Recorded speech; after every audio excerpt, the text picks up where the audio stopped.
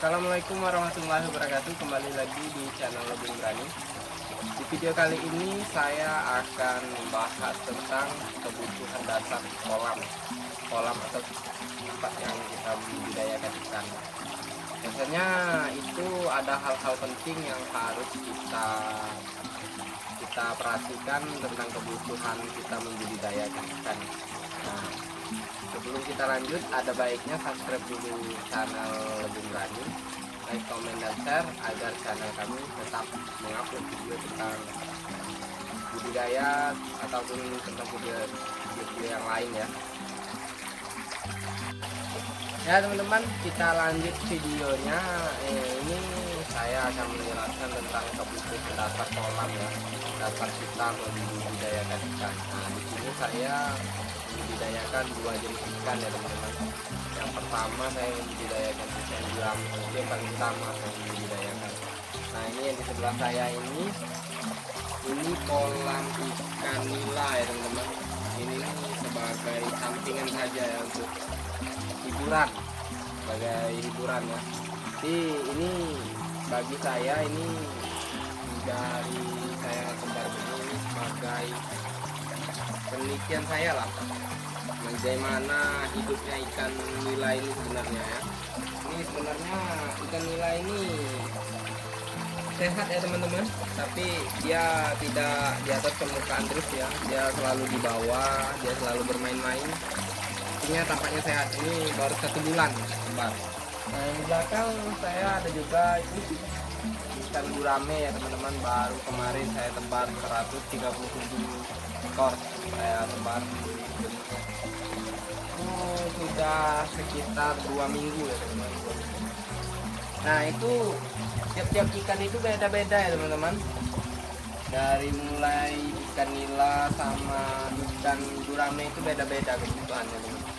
Ada ikan nila yang seperti ini yang di sebelah saya ini ikan nila merah ya teman-teman. Ini sangat rumit teman-teman saya membudidayakannya, karena dia memerlukan air yang sangat bersih. Ini airnya harus mancur terus ya teman-teman, harus bergerak terus. Ini saya filter airnya dari mulai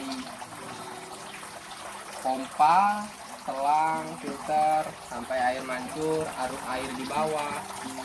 Itu sangat rumit ya teman-teman, karena menciptakan oksigen lah untuk ikan nilanya, supaya ikan nilanya sehat. Juga jangan lupa tanaman airnya ya teman-teman, itu sangat perlu sekali kalau kita membudidayakan, karena apabila kita tidak menggunakan tanaman air ya teman-teman, ikan itu senang sekali bersembunyi ya. Nah, apabila kita melihat ikan itu lagi tidak sedang lapar ya, dia pasti bersembunyi kan. Nah, dari mulai kebutuhan pakannya ya teman-teman, ikan nila ini dari umur 1 hari kemarin atau 1 hari tebar ya, ukuran 8-12 saya beli. Itu saya menggunakan pertamanya langsung saya berikan pelet PF 1000 ya teman-teman. Ini kemarin saya beli 2 kilo ya teman-teman, langsung saya kasih PF 1000 ya teman-teman. Nah, ini sama, ini obat-obatan juga, ini dua obatan juga. Nih kedua kebutuhan dari ikan nila dan ikan gurame itu sama, cuman yang membedakannya ya teman-teman, waktu kita pemberian obat-obatan ini obat-obatannya ya. Kalau untuk nila biasanya saya cuma menggunakan probiotik saja.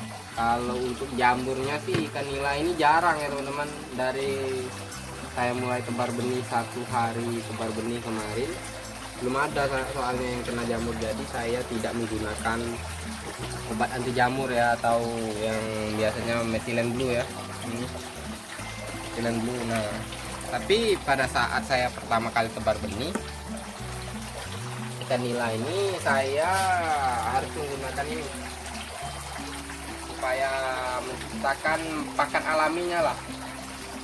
Ini pakan alaminya pada saat dia masuk pertama kali ke kolam. Ini menggunakannya juga pada saat sebelum tebar itu 1 minggu kita gunakan. kita kasih ini dulu, baru 1 minggu kemudiannya baru boleh kita tebar benih ya teman-teman. Nah ini tidak kalah penting ya teman-teman, ini nih air gula ya teman-teman. Ini saya peras sendiri dari gula tebu, saya peras sendiri secara manual menggunakan kayu. Ini untuk cairan pengganti molase, ganti molase. Nah kalau untuk nila itu saja ya teman-teman, ya probiotik, pakan pelet, EM4 untuk tebar awal benih atau mengontrol airnya, ini untuk campuran probiotik. Nah itu teman-teman. Kalau untuk pakan alaminya di sini saya belum menemukan ya teman-teman. Ada sih pakan alaminya untuk nilai itu mata lele, cuman tidak tersedia banyak di tempat kami teman-teman. Banyak didahuluin orang untuk diambil ya teman-teman. Nah kalau untuk nila itu saja ya teman-teman. Intinya nanti kalau kita membudidayakan nila itu memang ribet ya teman-teman. Airnya yang pertama, airnya harus selalu bergerak, dia membutuhkan oksigen yang banyak karena ikan nila ini aktif geraknya ya teman-teman. Dia sangat aktif dan dia senang bermain-main di arus ya teman-teman. Dan juga dia pada saat dia bermain-main di kolam itu dia teman-teman main cari-cari lumut-lumut di pinggir kolam lah. Nah itu dia kalau misalnya tidak ada arus dia bakal turut mendiamkan diri di dasar kolam ya, tuna ya, kalau kami bilangnya tuh berdiam diri, dia tuna aja dia di bawah di dasar kolam. Nah itu tidak aktif lagi dia karena arusnya tidak ada tadi teman-teman. Nah itu saja teman-teman ya, kalau untuk membudidayakan nila, untuk dasar-dasar untuk membudidayakan nila. Pertama oksigen, kedua kita harus sebenarnya memilih benih yang bagus, menyediakan pakan, menyediakan obat-obatan, dan juga probiotiknya. Probiotik untuk mempercepat dia menambah berat bobot ikannya. Nah teman-teman, kita lanjut lagi ya, tadi tentang kebutuhan dasar nila yang saya jelaskan. Nah ini kita lanjut ke ikan gurame ya, karena saya membudidayakan 2 jenis ikan. Nah kalau ikan gurame ini, kalau menurut saya membudidayakan, sudah berkali-kali lah saya membudidayakan ikan gurame, itu tidak terlalu rumit ya teman-teman. Kita cukup menyediakan kolamnya seukuran 2x2,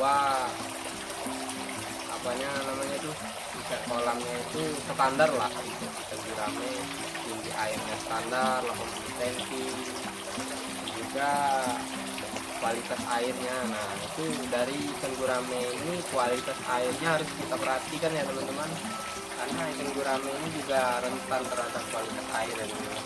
pH nya juga kita perhatikan, kondisi kolam kita juga kita perhatikan, atau banyak keong atau ya hama-hama seperti hama-hama lari seperti ini. Sebenarnya hama ini teman-teman, di tanaman air ini kan ada itu penyakit di tanaman ya teman-teman.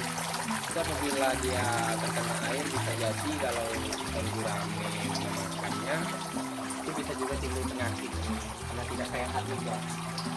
Nah itu kalau untuk ikan gurame, yang pertama kita harus menyediakan kolam yang standar, ketinggian air maksimal 80 cm, ketersediaan pakan alami ya teman-teman. Karena kalau kita memaksakan untuk menggunakan kolam pelet terus-menerus, ikan kita juga tidak sehatnya tidak maksimal ya teman-teman, karena kita tidak memvariasikan pakannya ya. Karena selama saya membudidayakan ikan gurame ya, saya selalu memvariasikan pakan dari ikan gurame saya ya. Pertama, pada pagi hari saya kasih pelet seberapa adanya saja. Nah, kenapa saya seberapa adanya saja saya kasih pelet ya, nanti supaya ikan gurame itu tidak terlalu kenyang ya. Nanti ya pada saat saya kasih pakan alami seperti daun-daunan ini ya, seperti daun-daunan ini dia masih mau dia makan ya teman-teman. Nah kayak tebar itu dia masih lahap makannya teman-teman. Nah ya coba kita lihat ya kalau ikan gurame kita ya teman-teman.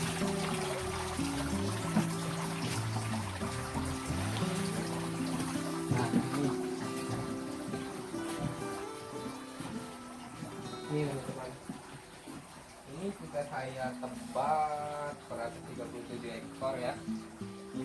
Nah itu kebutuhannya teman-teman, kita harus memperhitungkan jumlah tebarnya teman-teman, jangan sampai kita terlalu lebih begitu banyak ya. Sepertinya kayak kalau kita tebar misalnya maksimal tebar kolam kita 100 ekor, kita tebar 200 ekor, itu sebenarnya sangat berlebihan sekali ya, karena pada saat dia terserang penyakit itu bakal mempengaruhi setiap jenis ikan ya teman-teman. Kalau misalnya dia terkena penyakitnya, kalau misalnya tebarnya terlalu padat, terlalu over sekali tebarnya ya teman-teman. Nah ini saya cuma tebar 137 ekor, alhamdulillah sudah sampai 2 minggu ya, tidak ada yang terserang penyakit, baru jamur ya teman-teman, tapi itu bisa kita tangani ya dengan obat-obatan. Itu sebenarnya tidak ada bedanya lah dengan ikan nila, cuman bedanya ikan gurame ini tidak menggunakan aerator, air mancur, filter. Nah itu lebih, menurut saya sih lebih mudah ikan gurame ya, karena kita cukup menyediakan air yang berkualitas dan pakan alami, pakan pelet, pakan buatan itu juga kita tata tanaman air supaya dia bisa bersembunyi ya pada siang hari pada saat terkena terik matahari.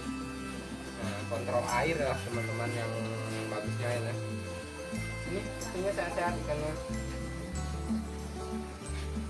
Dan juga saya membudidayakan ikan gurame ini teman-teman, ini saya antisipasi dulu, saya menanam tanaman pakannya ya teman-teman. Saya sengaja ya saya tanam kalian untuk memperindah kolam, tapi bermanfaat juga ya untuk makan gurame. Nah ikan gurame ini sangat rentan sekali ya teman-teman kena jamur ya teman-teman. Ini saya apabila saya terserang jamur nih, saya langsung pada saat musim hujan ya, saya langsung menggunakan metilen blue ya. Ini sebenarnya untuk metilen blue untuk akuarium teman-teman, tapi efektif juga untuk membasmi jamur. Ini ada Inoflox teman-teman, Inoflox 25 ini obat ikan yang sangat bagus sekali ya teman-teman. Kemarin saya coba untuk ikan gurame saya, itu ikan gurame saya itu hampir ada 5 ekor ukuran segini. Ikan gurame saya tuh ngambang keluar insangnya itu selalu keluar mengeluarkan gelembung-gelembung itu di permukaan terus ikan guramenya. Nah saya gunakan ini saya aplikasikan ke pakan. Nah ya alhamdulillah ikan saya menjadi sehat ya teman-teman, sehat. Yang 5 ekor itu sehat dan tidak jadi mati. Nah ini bagus teman-teman. Di samping saya memberikan obat-obatan, saya juga memberikan probiotik. Pada saat ikan saya sudah sehat-sehat, nafsu makannya bagus, saya berikan probiotik agar ikan saya semakin cepat tumbuh bobotnya teman-teman, supaya target panen kita juga tercapai ya. Juga mengkontrol kualitas airnya saya dengan ini E4, ini kontrol kualitas airnya ini. Perbaiki mutu air, mengurangi bahan-bahan sisa pakan yang mengendap di dasar kolam teman-teman. Nah ini sama saja sih seperti ikan nila ini campuran probiotik. Ini peletnya kemarin saya beli sama kayak 1000 juga teman-teman, karena masih ukuran ukuran korek kayu ya teman-teman, korek api kayu. Jadi saya pakai kayak 1000 dulu untuk pakan selingan ya, pakan buatan selingan teman-teman.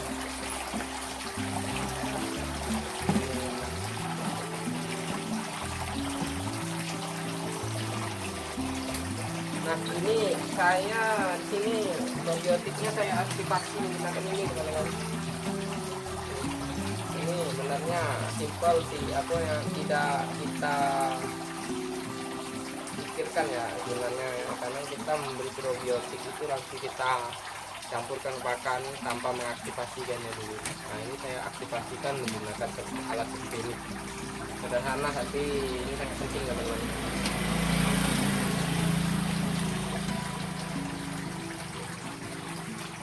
Nah itu saja teman-teman untuk kebutuhan dasar kita membudidayakan ikan ya, baik itu ikan nila, baik itu ikan gurame, ikan lain sebenarnya sama saja sih. Yang membedakannya ya nanti kendala kita di lapangan seperti penyakitnya, makan alami, bagaimana kita mengontrol air, itu saja sih perbedaannya dari setiap ikan ini. Karena ada yang ikan ini yang sangat rewel seperti ikan nila, ikan dia rewel ya, itu dia harus menggunakan oksigen lah, menggunakan aerator, air mancur, arus air selalu bersih. Nah itu kita ribet ya teman-teman. Nah untuk video kali ini itu saja sih tentang pembahasan kebutuhan dasar kita membudidayakan ikan ya teman-teman. Dan jangan lupa subscribe dulu channel kami ini, dan komen dan share agar kami dapat buat yang menarik tentang budidaya ikan. Terima kasih.